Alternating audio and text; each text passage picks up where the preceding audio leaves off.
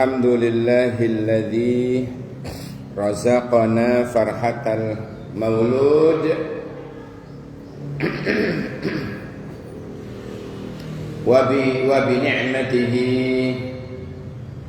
tammal wa'dul maw'ud wassalatu wassalamu ala sayyidil wujud sayyidina wa maulana Muhammad sahibil maqamil mahmud wa ala alihi wa ashabihi ahlil jud.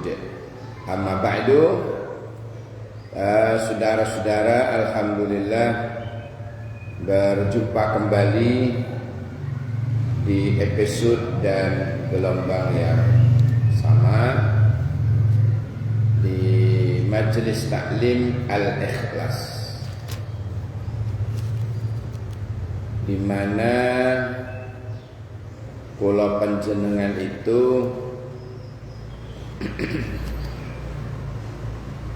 sedang melaksanakan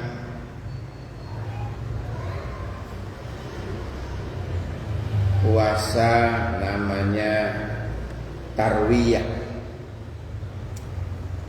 Selesai sudah kita melaksanakan puasa tarwiyah. Tarwiyah itu yang namanya tarwiyah, puasa tarwiyah, malam pertama mimpinya Nabi Ibrahim.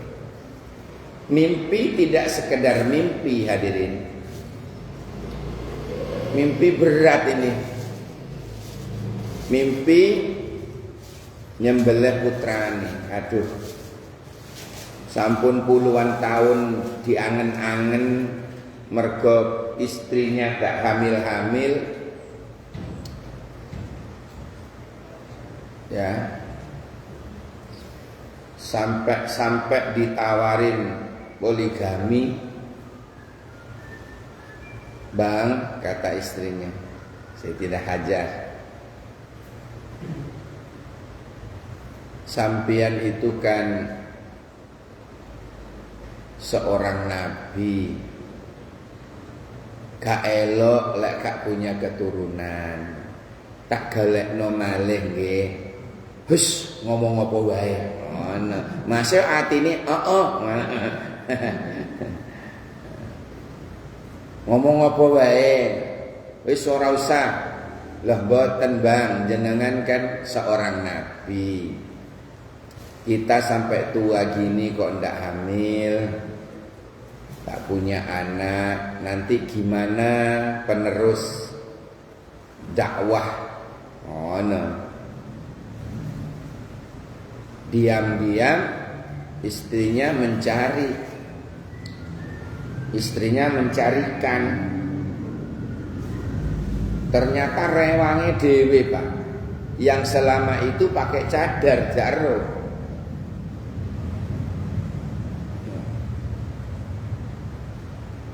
Tidak tahu kalau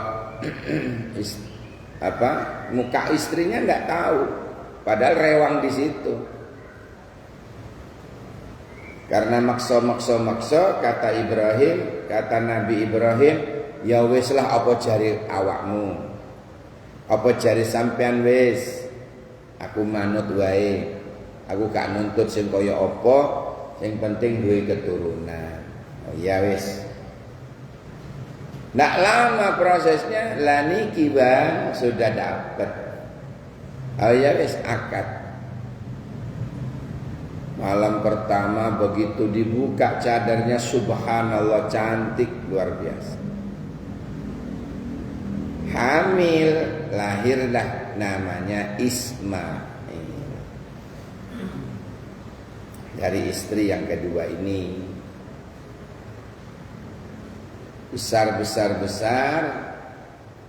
belum ada perintah itu.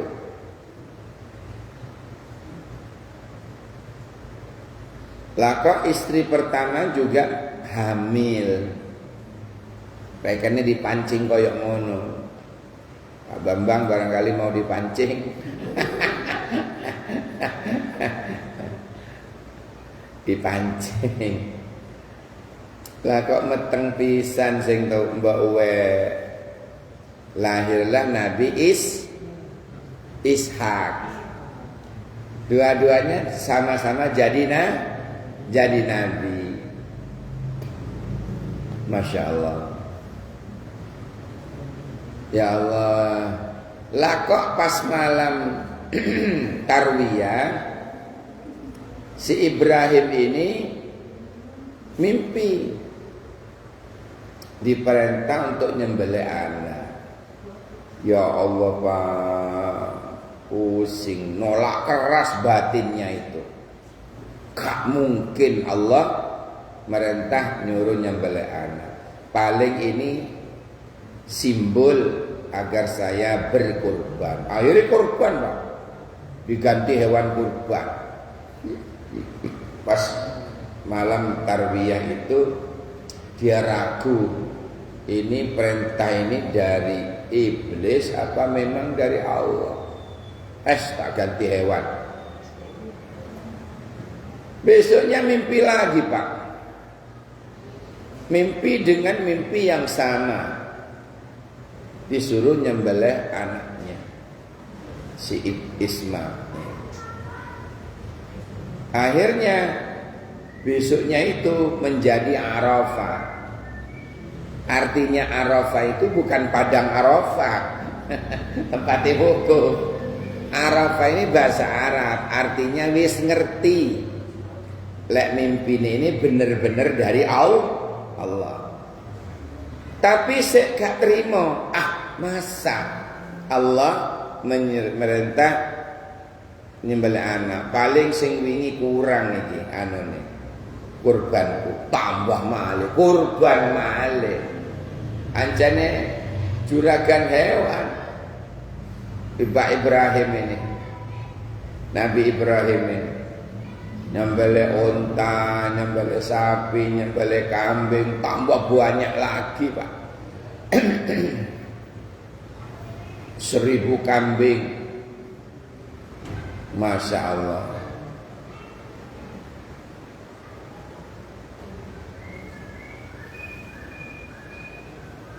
$500 sapi, 100 onta. Udah, tak kirain sudah wis, tak ngimpi-ngimpi maneng, karena korbannya sudah banyak. Besoknya tanggal 10, malam tanggal 10, mimpi lagi dengan mimpi yang sama. Akhirnya lahirlah kesadaran tauhid. Kesadaran tauhid.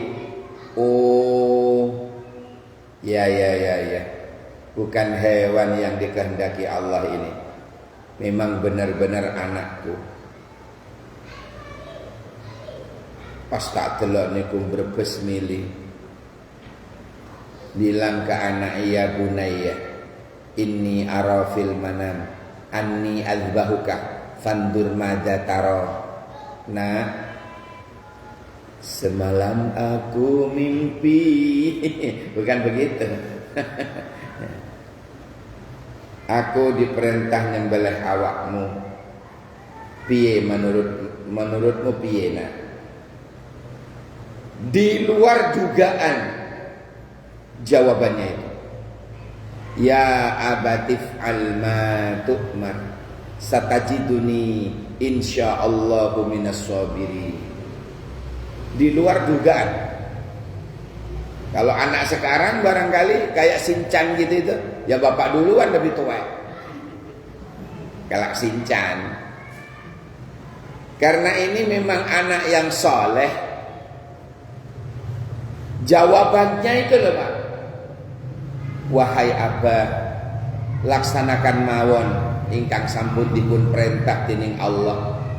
Insyaallah panjenengan akan mendapatiku dalam keadaan sabar. Masya Allah.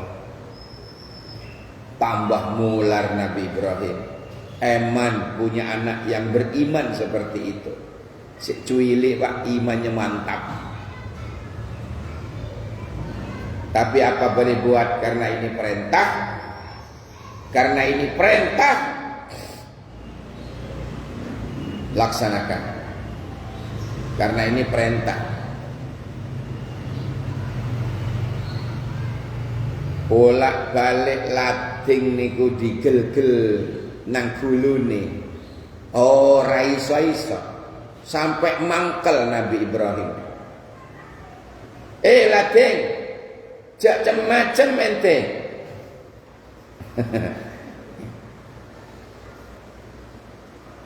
Nang gulu manusia ndak bisa. Itu setelah dijajal nang watu, Pak.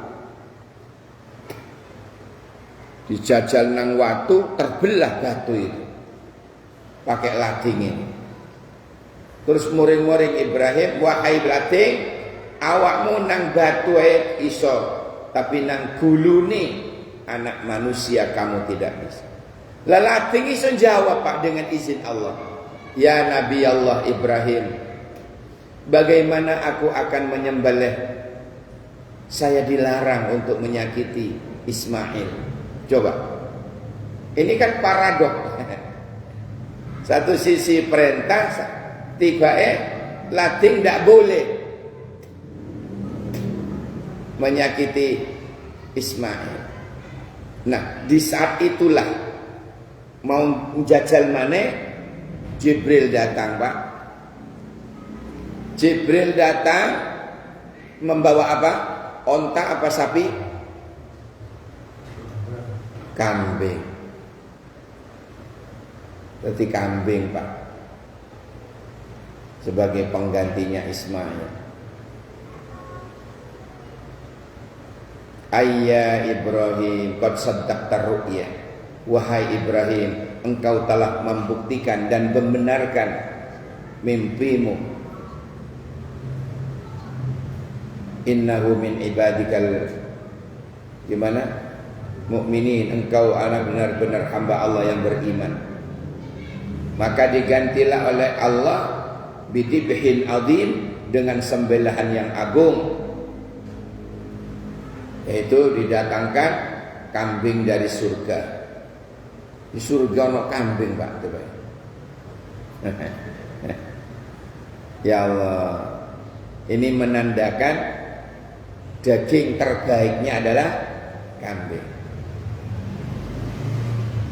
Masya Allah, daging terbaik itu adalah kambing. Jadi tidak jadi menyembelih, diganti oleh sambil menjerit Ibrahim Jibril, Allahu Akbar, Allahu Akbar, Allahu Akbar. Disaut sama Ibrahim, noleh Ibrahim pada waktu duduk itu, Pak, mau nyembelih anaknya lagi, dengar suara itu, kemudian noleh, kok Jibril membawa wedhus, disambut oleh Ibrahim, la ilaha illallah wallahu akbar, katanya Ibrahim, kaget. Ismail yang tengkurep itu, Pak, bangun, sopo sih rame-rame. Terus dijawab oleh Ismail, Allahu Akbar walillahil hamd. Kasih tadi sembelih awake, alhamdulillah. Masya Allah. Maka kata Nabi, asal mula takbiran itu dari wong telu niku wau.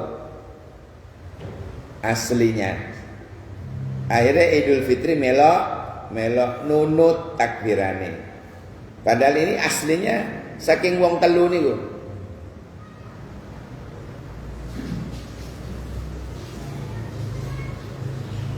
Saking wong telu niku, Pak. Jibril, Ibrahim, Ismail. Jadilah takbiran Allahu Akbar, Allahu Akbar, Allahu Akbar. Miknya tak gini kan, gue bisa nggak nulis takbiran. Katanya Jibril, katanya Ibrahim, La ilaha illallah wallahu akbar. Dijawab oleh Ismail, Allahu akbar walillahil hamd. Sudah, takbiran Pak, pulang. Takbiran.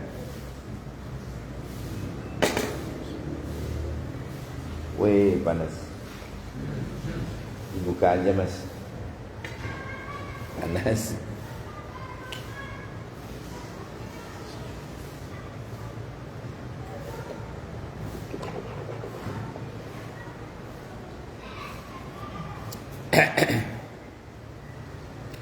Hadirin sekalian yang dirahmati Allah.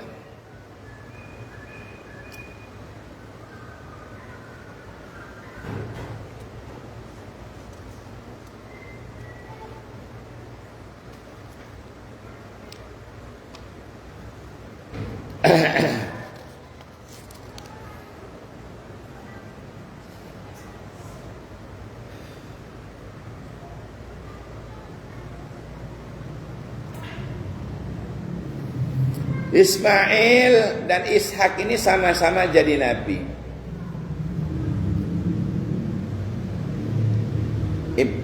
Ismail jadi nabi, Ishak juga jadi nabi. Ya, tidak jauh. Ya, buah tidak jauh dari pohonnya. Itulah yang disebut dalam istilah solahul aba yanfa'ul abna. Solahul aba yanfa'ul abna. Kebagusane wong tua niku manfaatin nang anak, Pak. Kesolehane wong tua manfaatin nang anak. Solahul aba yanfa'ul abna.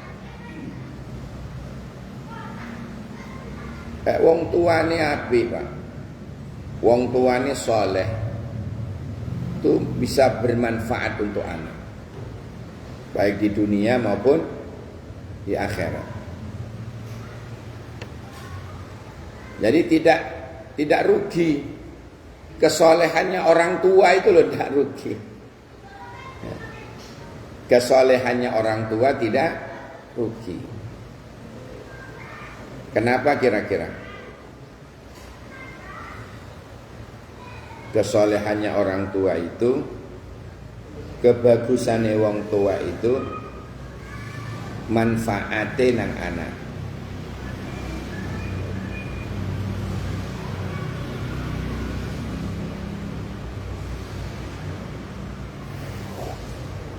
Oh Allah.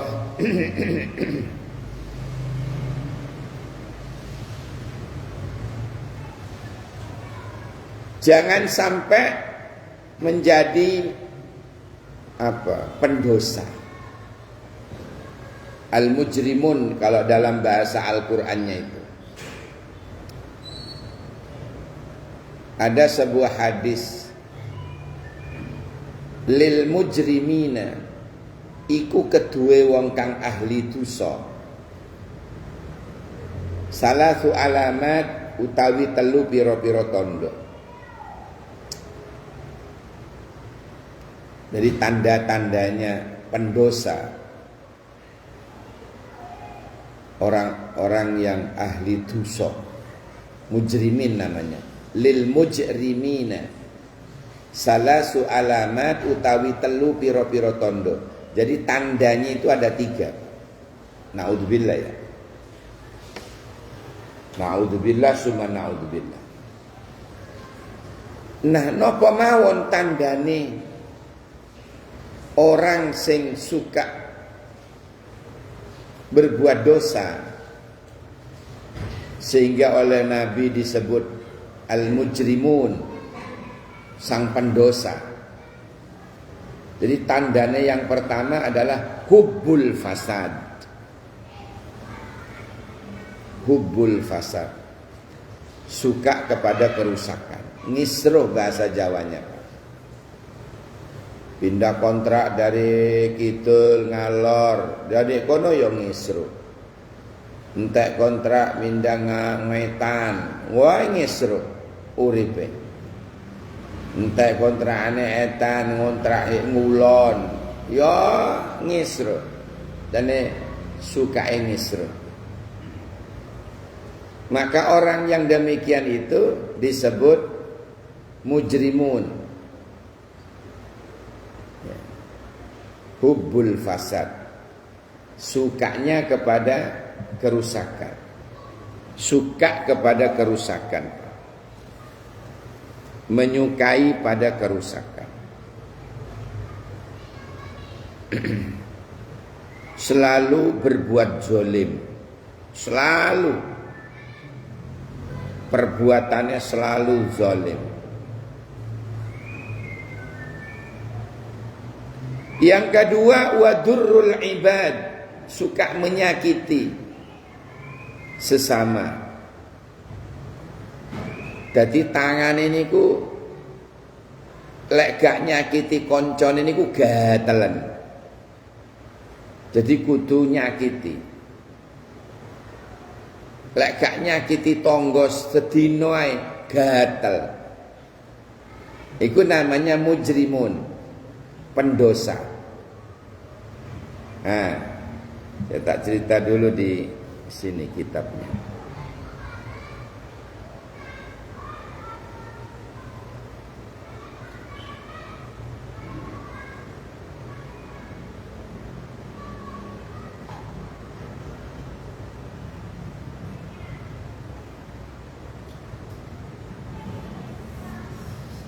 Ini.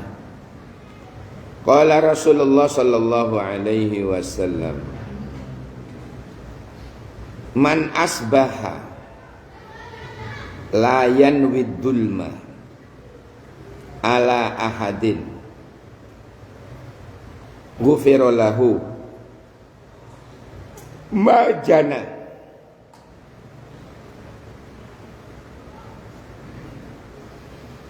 Siapa orang yang pagi-pagi keluar dari rumah, layan widzulma, tidak berniat untuk menzalimi ala ahadin terhadap seorang, ghufira lahu ma jana, maka diampuni dosa-dosanya yang telah lewat. Waman asbaha yanwi nusratal madlum, siapa yang pagi-pagi keluar rumah niat untuk menolong orang yang terdolimi, niat nolong orang yang madlum, niat menolong orang yang terzalimi, wa qada'i hajatil muslim, dan menolong menyelesaikan hajatnya seorang muslim. Hajati koncone hajati koncone niku ditulungi, keperluan niku dibantu. Nah, pahalane wong itu ndak kaleng-kaleng, Pak. Kanat selahu, maka baginya itu pahala ka'ajri hajjatin mabruratin. Masya Allah, dia akan memperoleh pahala seperti haji mabrur. Apa pahalanya haji mabrur? Laisa lahul jaza illal jannah.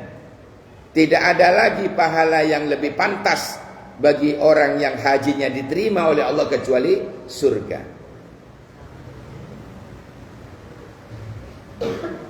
Tak kaleng-kaleng pahalanya. Jadi ana uang keluar rumah pagi-pagi niat nulung orang yang terdolimi, terus menyelesaikan keperluan orang lain, membantu keperluan orang lain yang memang benar-benar butuh sekali, dia bantu menyelesaikan hajatnya itu. Kanat lahu, maka baginya diparingi pahala ka'ajri, seperti pahalanya hajatin mabruratin, haji yang diterima. Padahal wongi ngorok-ngorok di omah, dia dapat pahala haji mabrur. Suka membantu orang lain, suka meringankan beban orang lain. Oh, itu ternyata pahalanya besar, pahalanya gede, Masya Allah.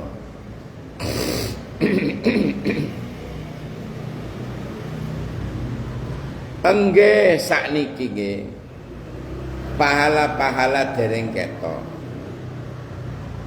Enggih sakniki pahala gak diketokno, durung diketokno. Sehingga banyak orang males karena gara-gara pahala belum ketok. Males jamaah, males ngaji, males, waduh pokoknya males ibadah, males poso,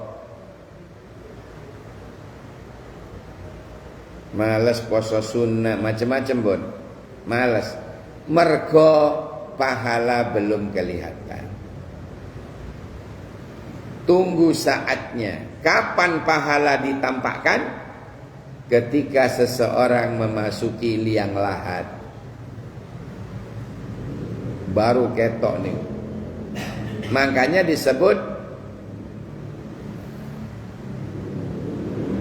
wal qabru, gimana? Wal qabru bahrun nadamat. Ini kata Nabi. Sehingga dikatakan kubur itu lautan bagi orang-orang yang penuh penyesalan. Kubur itu laut bagi penyesalan. Iya ya, setelah kelihatan pahalane ngaji gede nih koyok ngoten, ngalahno salat sunnah 100 rakaat, Pak. Panjenengan ngeten iki lho, nek duduk-duduk ngeten, merengaken niat ingsun thalabul ilmi. Ikhlas karena Allah. Pahalane ngalah-ngalahno salat sunnah 100 rakaat. Lah besok pada waktu kita masuk liang kubur, pahalane ketok, diketokno karo Gusti Allah. Iki lho le, pahalamu ngaji biyen. Getun. Ya Allah, roh ngene aku gak mulai-mulai di masjid. Lek perlu tak nginep agar tidak telat lek ono pengajian sampai ngoten. Penuh penyesalan, yang rajin nyesel, sing males tambah nyesel. Yang sudah banyak pahala masih nyesel, Pak, di kuburan itu. Apalagi sing gak tahu belas. Gak nyesel tok nih kok, ngeblak. Mati maneh. Ya Allah, ya Allah.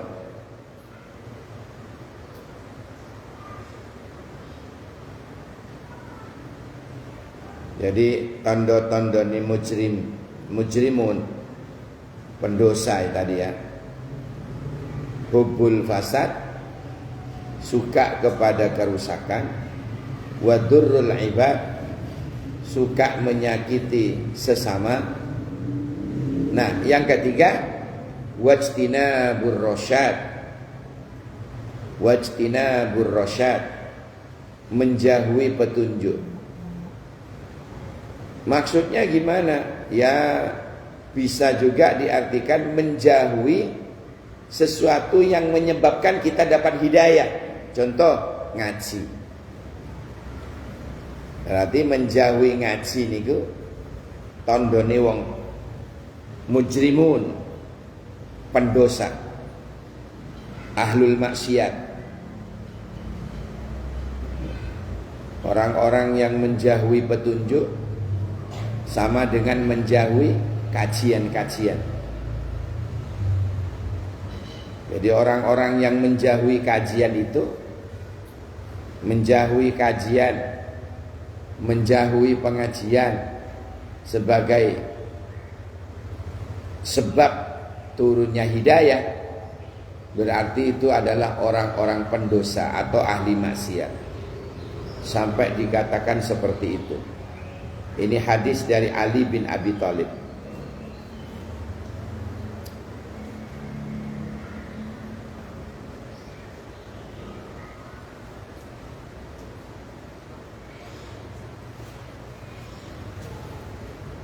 Ya Allah, ya Allah.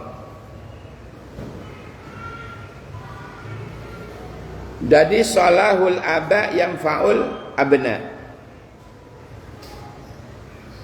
Kesalehan, kebaikan seorang ayah itu manfaatnya juga kepada anak. Manfaatnya kepada anak.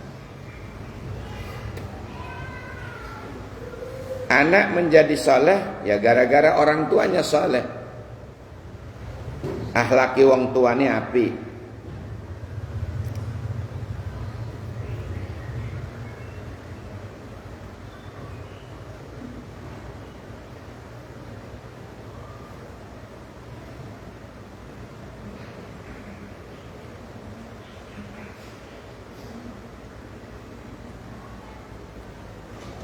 Lanjutannya, wa qala Rasulullah sallallahu alaihi wasallam,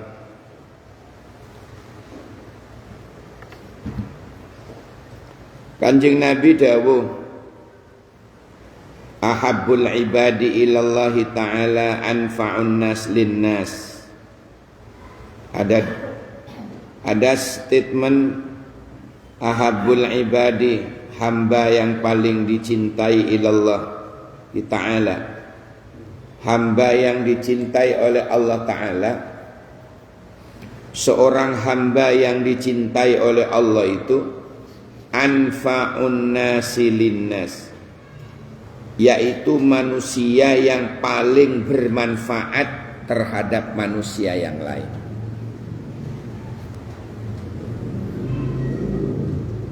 Jadi hamba, seorang hamba yang dicintai oleh Allah, ya, seorang hamba yang dicintai oleh Allah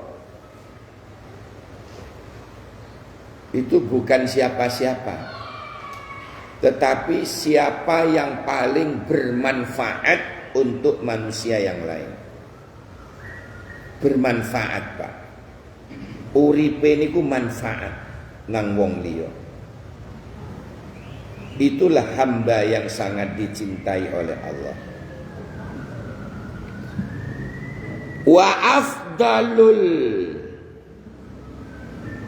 afdalul a'mali, seafdal-afdalnya amal perbuatan, seafdal-afdalnya amal perbuatan, idkhalu sururi ala galbil mu'min. Masya Allah. Yaitu orang yang menyenangkan hati orang mukmin. Idkhalu surur itu artinya memasukkan rasa bahagia ala galbil mu'min, terhadap hatinya orang mukmin. Artinya apa? Membahagiakan. Membahagiakan hati orang mukmin. Siapa? Ya bisa anak, bisa istri, bisa ponaan, kalau kerabat ya.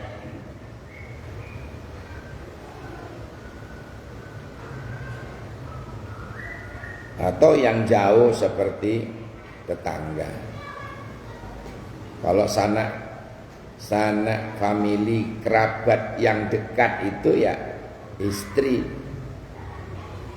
anak disenengke, bojone disenengke, ibuke disenengke, orang tua disenengke, ponakan-ponakan disenengke. Itu yang disebut dengan idkhalus surur ala qalbil mukmin. Atau bisa juga teman, tetangga yang beriman kepada Allah. Itu kemudian kita bahagiakan hatinya.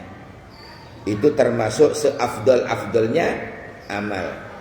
Seafdol-afdolnya amal perbuatan memasukkan perasaan senang ke hati orang mukmin.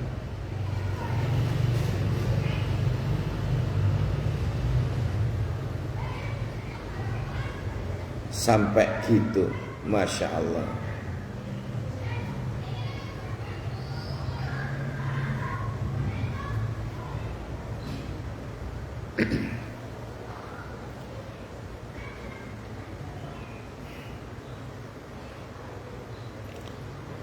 Wa khaslatani la say'a ahbasu. Ada dua perkara yang termasuk akhbathu ay anjasu, paling najis. Ada dua perbuatan yang tiada tara najisnya, itu buruknya, Pak. Ada dua perkara yang dianggap paling najis, lebih najis dari babi, lebih najis dari anjing. Padahal ini perbuatan. Apa itu?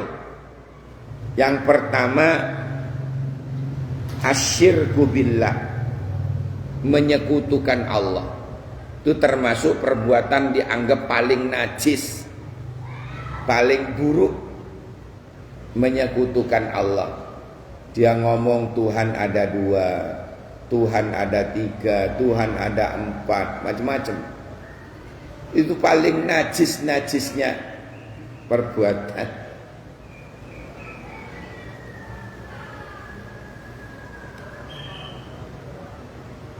Ya Allah, la say'a akhbasu, tidak ada yang lebih najis, yang lebih buruk daripada dua ini. Yang pertama, asyirku billah, menyekutukan Allah. Itu paling najisnya perbuatan. Yang kedua, wadurru bil muslimin,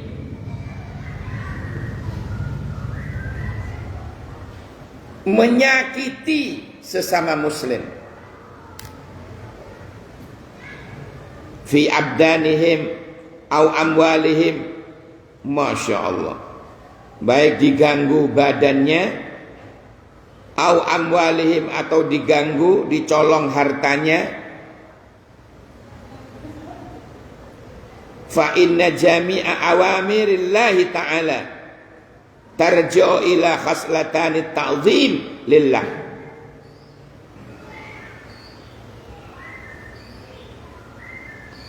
Li khalq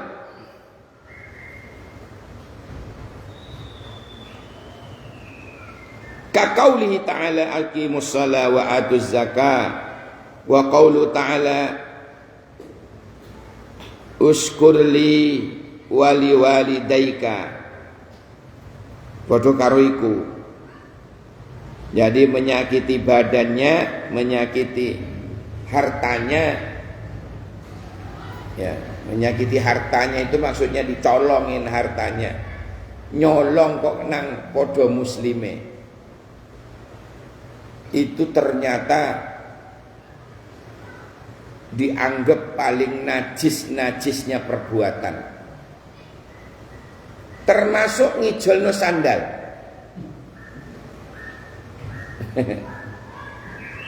Sandale ya ini wapi diincer.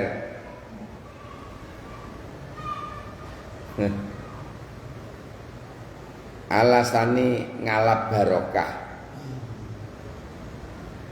Ngalap barokah itu duduk ngono carane. Ngalap barokah itu kita bawa sandal baru, yai pundi sandalin jenengan kula damel niki jenengan tak ijoli sing anyar. Lho itu namanya ngalap barokah.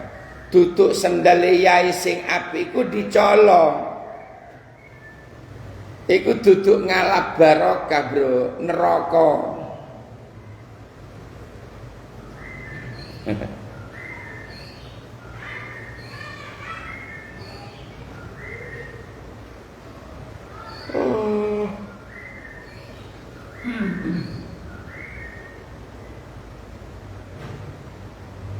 Jadi termasuk apa wow?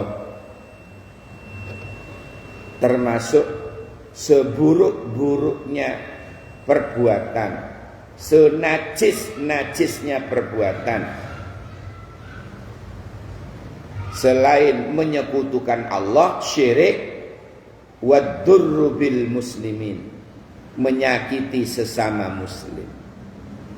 Ya Allah, ternyata nyakiti sesama muslim ini sejajar dengan dosa syirik. Fi abdanihim, apakah itu menyakiti badannya, au amwalihim, atau nyolong hartanya.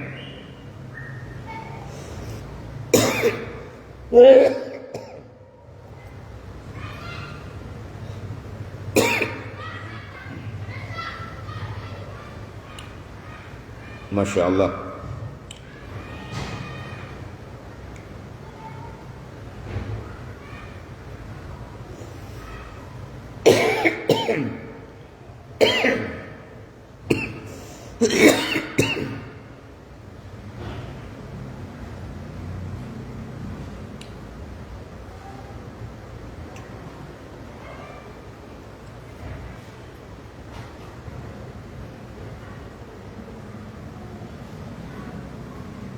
Oleh karena itu, alaikum bimujalasatil ulama.